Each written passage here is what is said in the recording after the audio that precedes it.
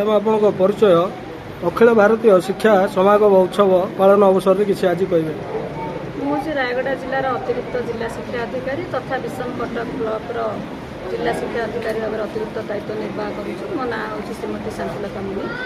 आज आमर यही पवित्र दिवस आम विषम कटकर 27 जन दिव्यांग छात्र छात्री मानक विभिन्न प्रकार एड्स एंड अप्लायसेस दिखाई आल्मिको सहित सहयोग सहित से CP chair wheel chair hearing aids ता सहित big books and kit tools ये सब दि जाइए जहाँद्वारा कि पिलामानंकर साधारण जनजीवनटा आउ टिके ठीक से परिचालित करें।